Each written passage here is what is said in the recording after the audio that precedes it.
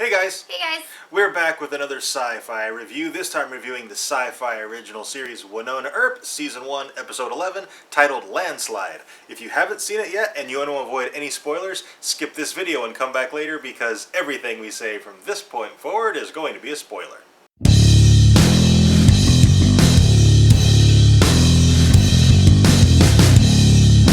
I think we say it pretty much every Wynonna EARP review. It gets better every single week. Yeah. And it holds true this week as best episode of the season. So far, there's still two episodes left. But what's great now is every character has something going on. Yeah, like they all have their individual things going on that are happening. Like, no characters get sidelined in the show, which I really like. Yeah. So, at the end of the episode last week, Willa Earp showed back up, and in this episode, first thing we get, yes, she is indeed Willa Earp. It's not some kind of weird coincidence, revenant trick or anything like that. She is indeed Willa Earp, which they proved through DNA testing. Yes. And that raises the question, can any Earp fire Peacemaker? Yeah. We were trying to remember, did Waverly try to shoot it? Has Waverly ever tried to shoot the gun? Because I don't recall her ever trying, because they've always just been told only the air can shoot the gun for it to work. But now Willa and Wynonna can, so maybe Waverly can too. Yeah. Or maybe I was right last week when it's, no, the air has to, and Willa is the air, but when she was gone, Wynonna was the air. So since they've both been the air, they both are the air. Yeah, they both are the air. Yeah. I have a feeling that it's something a little more subtle than that even. I think there's something else going on with Willa. Yeah. So Willa's back, and Wynonna is very eager to get, back in touch with her and reacquaint herself with her. But Waverly is really, really struggling because apparently Willa was never really very nice to Waverly. Yeah. So having that added dynamic in that conflict of Willa with Wynonna and Willa with Waverly. Yeah, and not only that, like, apparently Wynonna and Willa were like thick as thieves when they were young, and they just kind of ignored Waverly. And Wynonna and Waverly have gotten really close here this season, and I think Waverly's afraid she's going to lose Wynonna, that they're not going to be as close as they were. Yeah. And that's something I really hope they don't brush under the rug. I don't think they will, but I think that just adds a little more tension to the scenario, and I think the story really benefits from that. And I would like to see that go forward a little more before finally everybody gets totally cool with each other and everything's hunky-dory. And I like that having Willa back, they didn't just automatically fall into be like, oh, we're sisters, and as if nothing had happened. Like, there's tensions between them.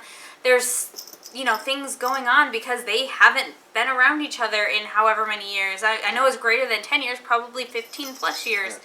I like that they added that in, because a lot of shows, it's just like, oh, hey, we just discovered this long-lost family member, and all of a sudden they're just a family. Yeah. And Willa's not like that. And Willa, she's definitely resentful because they didn't look for her, and she's been gone, and her memories are slowly starting to come back, and she is resentful, but it seems like most of her resentment is aimed at Waverly.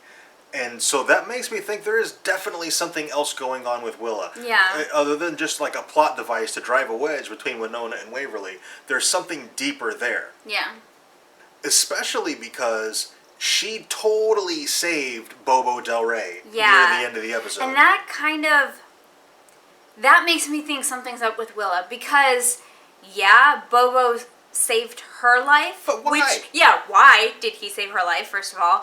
But secondly, he's a revenant and she's the heir. It doesn't matter if he saved her life. She should still have wanted to take him out. Mm-hmm. If he had saved Wynonna's life, I think Wynonna would have still taken him out. Mm-hmm. Like, it doesn't matter. He's still a bad guy, ultimately. Bobo is, somehow, in some way, he has an investment in Willa. Yes. And that's really interesting because he thought, it seems like his plan was to get her out of harm's way when they took her from when they kidnapped her originally years and years ago when she was a kid. And he recognized her right away in the cell phone video. Like, it's like he saw her and was like immediately was like, oh no, like he knew who that was. Yeah. Like, it seemed like his plan was never to kill Willa. Yeah. He wanted her out of the way for some reason. So that means there's some kind of connection between the two of them. Yeah, so that'll be really interesting to see what it is. Yeah. Also in this episode, at the very, very end, Doc got knocked out and abducted after trying to run away. The thing is, he was trying to run away, so nobody's really looking for him, and he's abducted. So he's in a world of hurt right now. Yeah, and I want to know who this guy is, because he's not a revenant, because he was able to pass the marker. But it seemed like he knew that's what Doc was doing. Because, like, when Doc's like, oh, hey, I found him, you could just see on his face, like, yeah, he had him the whole time. Like, he knew what he was doing. Yeah. So at first, I thought it was a figment of Doc's imagination. Like, this was his conscious telling him, you need to go back.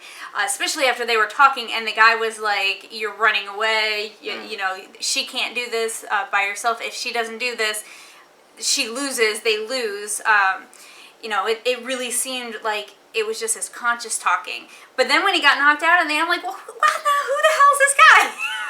I think it's something supernatural. This guy has some kind of supernatural thing going on. Like, he knew who Doc was. He knew he'd been down in a well. He knew what situation he was in. And he had Earp's badge. It could be some kind of manifestation of Wyatt. Yeah, maybe. Wyatt has appeared as some kind of tangible apparition. I don't think that's who kidnapped Doc, though, at the end of the episode. Oh, really? I think it was somebody else. So I got the impression it was because he just fixed the fan belt and it didn't work. It I was like, oh, he sabotaged it. Because he gave Doc a choice. You can have the fan, or you can have the fan belt or the badge. And apparently Doc chose the fan belt and was on his way back, because you say he crossed the marker again. He apparently at some point he changed his mind and decided to go back, and the fan belt failed again.